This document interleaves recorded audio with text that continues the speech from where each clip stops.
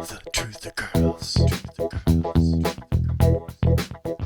Hi everyone, it's Sonia here. So I know everybody's just talking about coronavirus every day, all day, but today I wanted to talk to you about something different. I wanted to talk to you about dementia. I think you should really listen to this. You might find it interesting. My mother did everything right and she still got dementia. My mother has dementia. She was diagnosed 3 years ago or so. She's now 85. And when I mention this in my videos, a lot of times people give me, advice like, oh, she should eat coconut oil, or she should take turmeric or bacopa or ginkgo biloba. And so I felt like I really need to come out and tell you about my mom and why I think that she suddenly deteriorated, like got dementia so quickly when she was so previously healthy. Before I start, I just want to remind you, please like me on Facebook. And my backup channel is Truther Girls TV. And thank you for your support on Patreon. And also, I still have these pouches at the discount price. This is pellets which release a little bit of ClO2 gas in the air, which eliminates odors by removing viruses, bacteria, fungus, and mold. It's a very effective odor eliminator, sanitizes your room. Also, I have these ClO2 tabs. One of these in a quart makes a very effective deodorizing cleaning solution as a spray. So I like to use these things because I have 4 rabbits. If you're interested, check out the link below for more info. And it's still 15% off and no shipping and handling, even if you live in Canada, for a 3-pack of pouches. So, okay, what I wanted to talk to you about was the issue of dementia. Why my mother got dementia when she was so healthy, right? So to give you a little bit of background, my mom was always a very healthy person. Das ist doch gar nicht gut. Guck mal deine Mama an. Healthy, vibrant, and beautiful. She did aerobic exercise. She was very proud of that. She'd tell everybody, I go to the toughest aerobics class 3 times a week. And she did this from her 40s, like right into around when she was 80, even 81, even 82, I think. So she was very active. She never smoked. She didn't drink. She had really no bad habits. She ate very healthy food. She ate a lot of fresh, whole foods. She was very health conscious, and she had been for a long time. Even back in the 70s, she was growing a lot of her own vegetables. So anyway, we never had junk food, and she was super healthy. She was a health nut, basically. As for supplements, she took turmeric, omega-3, she took bacopa, she ate coconut oil, and all the multivitamins and that whole thing. Like my mom, she was just a health nut, like I said. Oh yes, she also tried ginkgo biloba. She was taking all that stuff in the years before she was diagnosed. She was doing everything. I don't know if I left anything out, but whatever you guys have heard online about how to prevent dementia, I'm pretty sure my mom was doing it. Oh, and also she was on no medications. The only medication she'd ever been on was a blood pressure medication, and they took her off it. So she's all super healthy, and I did a video with her when she was 80, and she was in great shape. And she was actually giving you guys advice for how to stay healthy as long as she had. I put on video because you're so much fun. Outfit because I want to dazzle everybody in the grocery store. They always look at me and men smile. You look great. Hey, look at my mother. Okay, look at the shape she's in. Well, don't take too much off, but I mean, this is going to be online. So. Okay, look at this shape. I go to the toughest aerobic class. The other day, yoga. I showed you I could still put my leg up, but I don't know now if I can. Right now I'm stiff. So. That's very good. So. There's nothing wrong with me, I'm just lucky. And you know what? The more I... You did well when you had that other thing where they put the catheter in your heart. Remember, didn't they put you under for that one? And you were getting tired? No. I saw everything. I was lying there. Oh, they didn't put you under? No, I saw the whole screen. And oh. the doctor said, Edith, turn your head and look at the screen. This is your heart. I haven't seen a heart in years. What do you do? I said, it's what I don't do. Never smoked, don't drink, exercise every week, and it's true. He said, amazing, amazing. And he called somebody else to look. So that was then, but now I'm 80, you know, so that's even more unusual to have such a heart. No plaque anywhere, a fantastically clean heart. I'm so not good. an old bitch. I'm always in good mood, and everybody loves me. What's your secret? The right diet. And then what happened was she had a surgery. It wasn't like because of a serious, disorder or something. It was just a small thing that she needed to get fixed. She'd been living with this problem for some time, and she finally was like, yes, I'm going to go get it taken care of. At 80, she was fine. At 81, she had her surgery, and she lost a lot of blood, and she had 3 blood transfusions. Well, it was right after the surgery that we noticed the decline starting. After that, she started having memory problems. Like before that, she had some, but it was kind of like the normal kind that you would think people get as they get older. One time she forgot her locker combination. A couple times she forgot she was supposed to come for dinner, but like really small things. And she had been tested and her score was normal. It was in the normal range for her age. Well, after her surgery, like by the next summer, something was changed about her. We took her to the doctor, she got retested, and she had gone from a 27 on 30 score to a 22. She had lost 5 points. This was in 2017, and at this point, if you met her, you would not notice anything. She still seemed totally fine, and she definitely still had her personality, her style, her sense of humor, and her faith. Hello. I hope you are as happy as I am when I'm here with my Sonia. Okay. That's it? Yes. No, you have to impart some wisdom, because, I mean, after all, you have so much. So what's your wisdom that you'd like to impart? Because last time she had some good tips. Really? Yeah, you told You should people... have told me this at home. I would have thought about it. Well, you told people what your secret was to your longevity and your usefulness. Okay. There are things. First of all, I know that I'm okay. I don't care what other people feel. I'm always happy.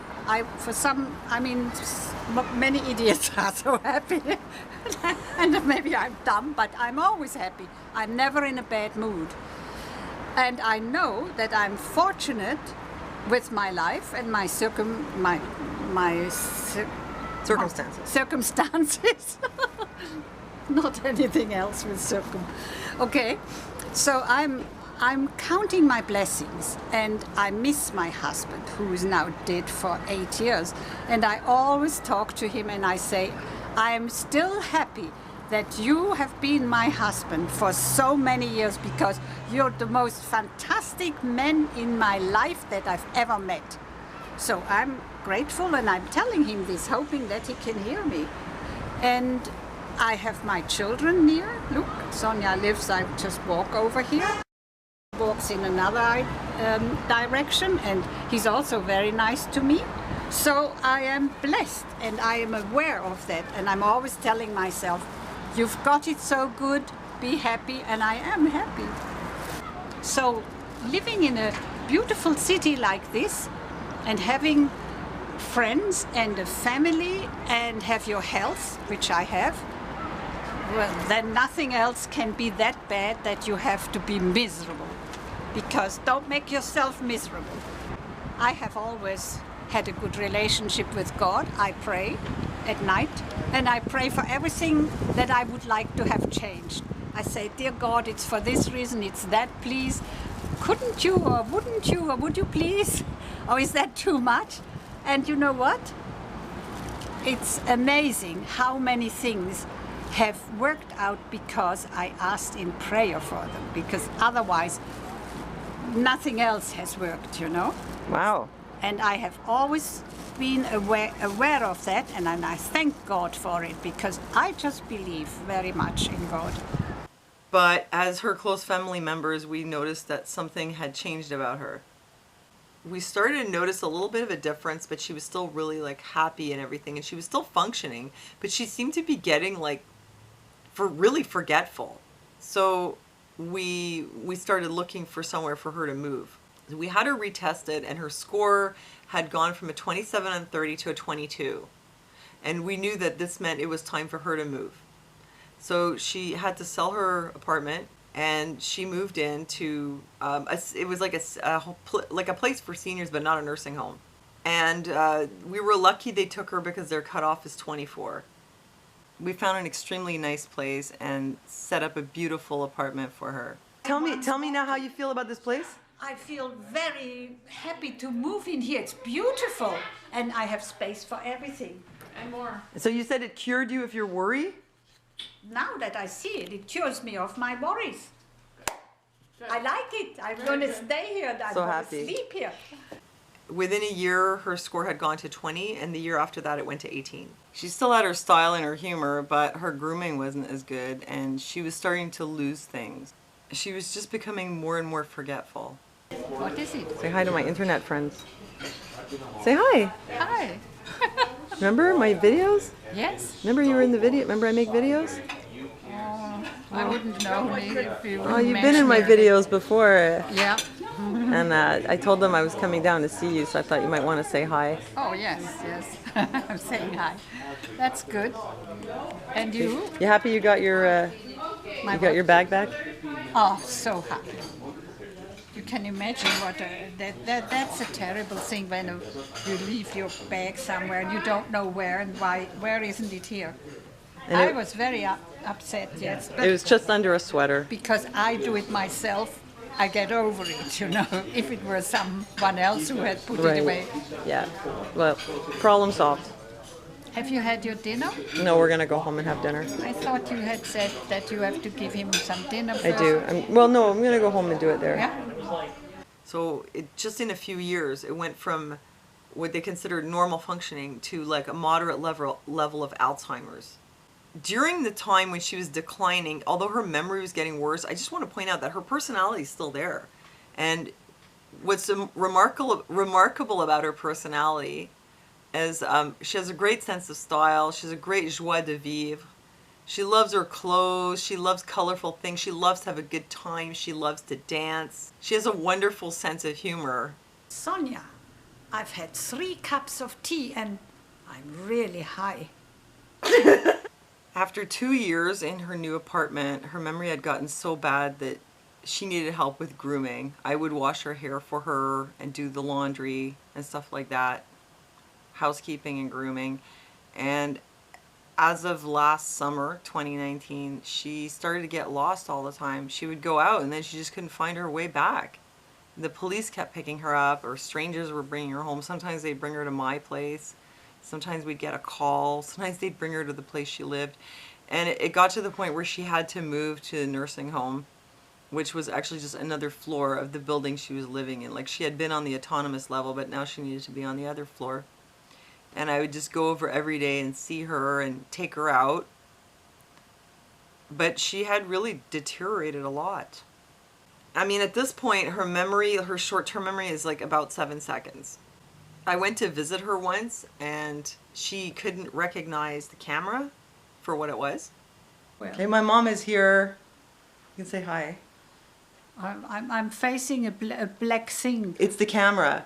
It's a camera. Do you like your new apartment? I like my new apartment, of course I do. It looks nice, doesn't It's it? nicely done. Sonia has great taste and she did everything so nicely for me. Good. I'm Yes, happy you're happy. I'm happy too. And right after that, she looked at a painting that I had done of her and didn't recognize herself in the painting, even though she's had this painting up in her bedroom for like 15 years. So here's what I think. After this had been going on for some time, and I was really wondering what happened to her. I even wondered if it was Lyme disease, because she had a house in Vermont and she'd been bitten by ticks, but she'd had antibiotics and she had none of the other symptoms of Lyme, like at all. So I kind of thought, well, that doesn't seem right. But her own mother had also had dementia and had died of it at 84. And she lived in Germany, so she wasn't in New England. She didn't get bit by a tick. And I was Googling something very randomly. And I stumbled across some information, which was that it's known that having a surgery over the age of 65, they were talking about knee or hip replacement surgery, can trigger a cognitive decline. And with more research, they realized there was a connection with blood transfusions, and that the more transfusions you had, the more likely you were to have this decline. So yeah, I had stumbled across this information by accident and discovered that it's been a cause for concern for quite some time. And I just want to show you a few articles. Here was a study on the risk of dementia after anesthesia and surgery, where they concluded the results of our nationwide population-based study suggest that patients who undergo anesthesia and surgery may be at increased risk for dementia. So kind of at the time they thought maybe it was the anesthesia, but later more information came out. 1 in 5 older adults experience brain network weakening following knee replacement surgery.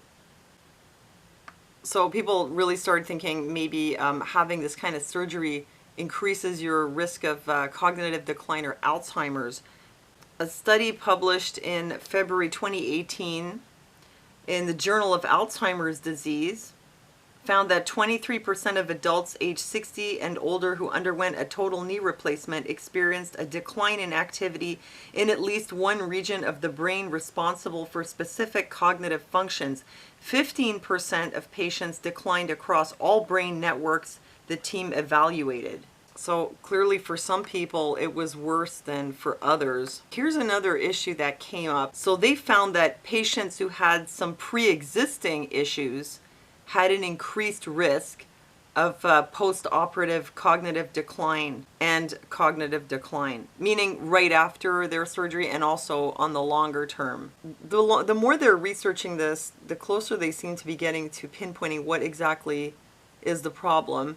At one time, researchers thought this cognitive decline might be caused by anesthesia, but mounting evidence suggests that heightened inflammation in the brain following surgery is the most likely cause. And this is something I find very interesting. They eventually found that having blood transfusions during the surgery could increase your risk of this cognitive decline. This study concluded our data suggested that perioperative blood transfusion of more than 3 units of RBCs, I guess that's red blood cells, is an independent risk factor for POCD in aged patients following total hip replacement surgery.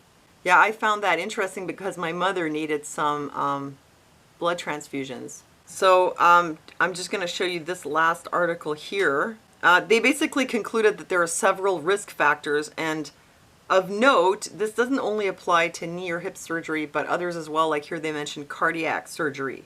And so what they're thinking is that the blood transfusion is like a kind of transplant, and that in older people it triggers inflammation. And that based on what you have going at the time when you have the surgery with the transfusions, it can trigger like a big flare up and then triggers it to like full-blown dementia. So basically, I really think that that's what happened to my mother, and it goes to show that all those things that you can take or eat, like all those things that she did, I think it may have postponed her illness because her mother died of it at 84 and she'd had it since her 70s. And my mother only really started having symptoms at around 81 or 2. So maybe it can help to postpone it, but it seems like something external could still trigger it. And I think in my mother's case, it was the surgery and the blood transfusions, and then like it went full blown, basically. It goes to show that if you think that you can just take a certain kind of pill and that will keep you safe, that's probably not true. Although it might help, you know, you might postpone it, maybe postpone it and then die of something else before you ever get it. But it's not a guarantee. And also this really told me, like, if I ever have a surgery, I would probably want to bank my own blood just to be safe. Because with my mother, it was really like very dramatic, very sudden. I mean, one year she was totally fine, and the next year she was like, something was really wrong with her. And within 2 years of moving into the seniors home, she had to move into like a locked unit of like a nursing home. That's how fast it went. I think that is probably what happened. So I wanted to let you guys know. Go like look it up, check it out. It's a known thing. I've never heard anyone talk about this. I've heard my friends saying like, oh, my husband was never the same after his surgery, but I never knew that there was a scientific explanation. So anyhow, I thought you might find that interesting and maybe useful. And that's it. Thanks for joining me in the chat. Don't forget to check out the link for the pouches and tabs. And well, God bless you guys. Thanks for listening to me, and I'll see you next time. The truth occurs.